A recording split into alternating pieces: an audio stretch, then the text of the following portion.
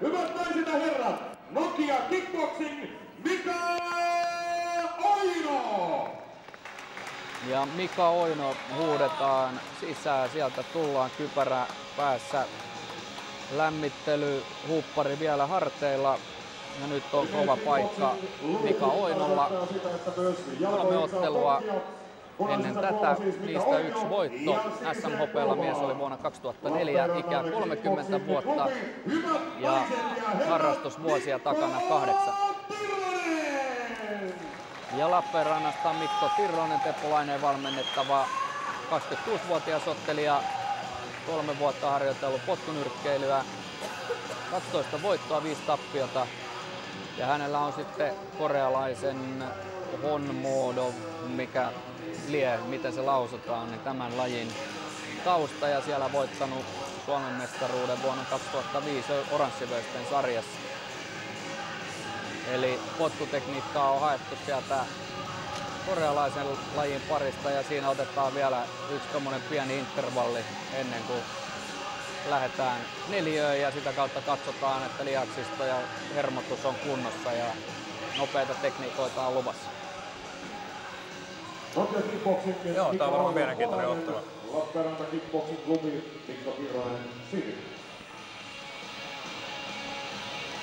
Siinä on nyt ihan alapotkuspesialistit ollut valmentamassa näitä kavereita. Eli nyt kummassakin kulmassa on tietotaitoa tosiaan siltä osa-alueelta paljonkin. Että katsotaan miten heidän kasvattinsa sitten ottelee vasta. Eli reidet paukku. Näin vois kuvitella, joo, ja blokkejakin tulee, että ei pelkästään ota reisiä. Edellisessä ottelussa ei ollut muuten yhtään blokkia, eli kertaakaan etumaista jalkaa nostettu, vaan kaikki mitä kaveri antoi, niin otettiin reisille. Joo. Luotettiin siihen, että 3 erää kestää jala. Hyvä! Päälle vaan!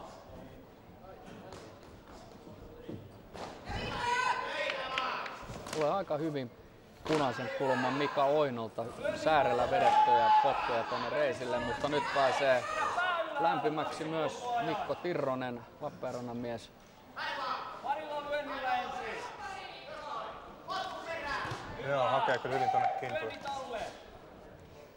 Nokia mies. Niin nokialainen, kyllä Nokia Kickboxing edustaa Mika Oino ja hän vetää. Siinä on lantio hyvin mukana ja tukijalka kääntyy, eli siinä on aika hyvä kaatokin vielä. Kyllä joo, terävästi lähtee noin potkuun. Vähän vaan lyönneillä Mika itse. Hyvä! Töitä! Potku alas, hyvä! Katse ylös! Tässä on aika alhaalla punaisen kulman nokialaisella Mika Oinolla pää ja leuka, niin siinä voisi olla kohokoukkujen paikka Mika Tirrolla, mutta toisaalta onhan siinä hyvin hanskatkin leua edessä suojassa. Joo, kyllä. Katsotaan pääset sen kaivaa sieltä paikkaa sitten.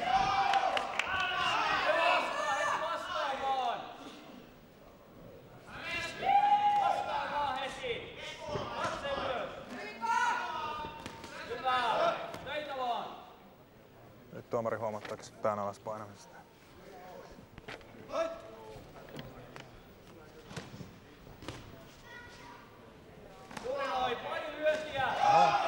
Nyt oli vähän helppo paikka tuossa, pyörähti itse ja ei ollut heti keskittyneenä. Siitä tulee tommonen Spider-Man tekniikka, hyppy ja sen jälkeen lyönti perään. Joo, kyllä. Ei oo paljon enää, 10 sekkoa.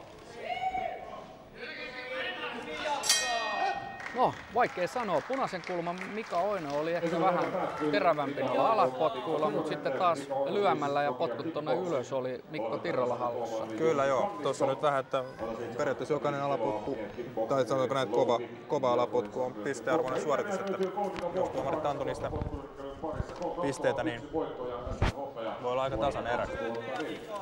Toivon mukaan tasainen erä ja tässä nähdään vielä hurjat loppukirit sekä tokassa että tässä 3. erässä. Nyt lähtee vasta 2. käyntiin ja näyttää kyllä siltä, että molemmat erät jaksaa painaa.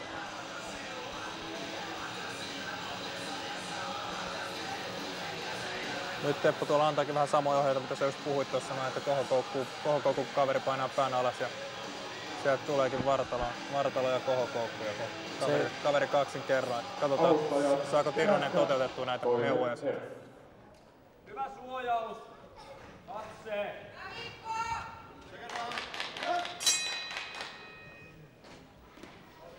Lähde vastaan itse vaan. Lyönnit alle. Lähde lyönneillä vaan. Ja nämä herrat on molemmat potkinut aika iloisesti. Ei ole ton 6 potkun suhteen ollut mitään vaikeuksia. Joo, ei ole tarvinnut huomautella. Lyö ja alas potkua. Pidä katseen. Katse ylös. Katse. Ja tuossa heti kun lappeenrantalainen Mikko Tirronen, sinisen kulman mies, on lisännyt vauhtia, niin sen jälkeen menee vähän pasmat Nokia-kaverilla sekaisin ja ei pääse vetämään noita kovia alapotkuja. Ja nyt tulee, kun pää on alhaalla, niin sinne tulee nyt se Kyllä, osuma. sinne tuli kiertopotku, vaikka osui suojauksen, niin ne on niin vahvoja, että ne tulee läpi sieltä kuitenkin. Nyt on vähän sekaisin kyllä Nokian mies. Ja nyt on Mikko Tirrosella paikka. Nyt näkyy vähän tää kokemus. Oi, kohokoukku tulee. Ja potkut reisille. Kyllä, Teppohan antoi ihan oikeat ohjeet, että lähdetään kaivaa kaveri ylös sieltä ja sinne meni. Tossa tuli kohokoukulla ja ensimmäinen tilanne tuli potkulla, kun kaveri meni vähän sekaisin. Ja... Oho. Ja nyt on kyllä aika pahan näköisessä kunnossa punaisen kulman kaveri, alkaa olla väsymystä pinnassa, luonto on lyöty pois ja tekee kipeätä ja tähdet näkyy. Ei ole helppo taivallus Mika Oinolla tällä hetkellä. Ei ole. Katsotaan meneekö. Selviääkö tätä erää? Tässä on aika paljon tätä erää jäljellä vielä. Ja 3. luvunlasku katkaisee matsi. Kyllä, näin. Hyvä liike nyt.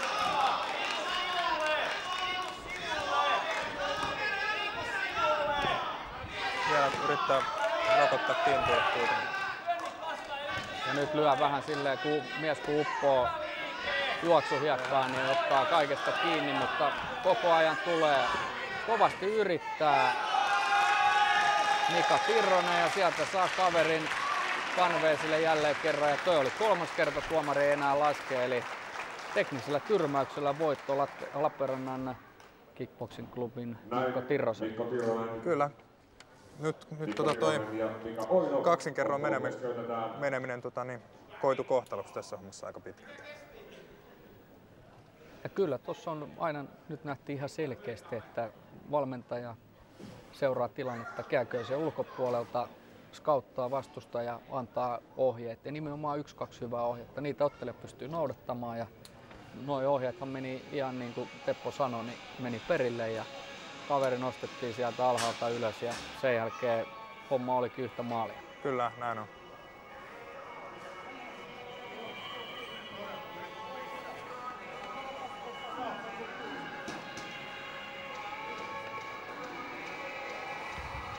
Seuraavassa ottelussa onkin sitten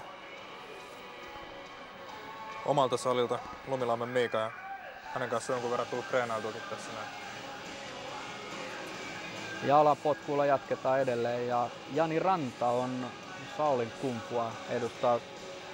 Peter Gibson aikanaan englantilaisherrasmies, hän toi Shaolin kungfun Suomeen ja siellä muun muassa edesmennyt legendaarinen Harri Lehtinen aloitti uransa ja Lehtinenhän toimi jossain vaiheessa maajoukkueen kuvioissa ja otteli itsekin menestyksekkäästi arvokisoissa. Ja Shaolin kungfuhan on vakiinnuttanut paikkansa suomalaisessa kamppailu-urheiluperheessä ja siellä vielä, onko se Sanda se toinen laji, mitä he harrastavat? Joo, se on ilmeisesti heidän versio potkunyrkkeilystä sitten, tai kiinalainen versio potkunyrkkeilystä.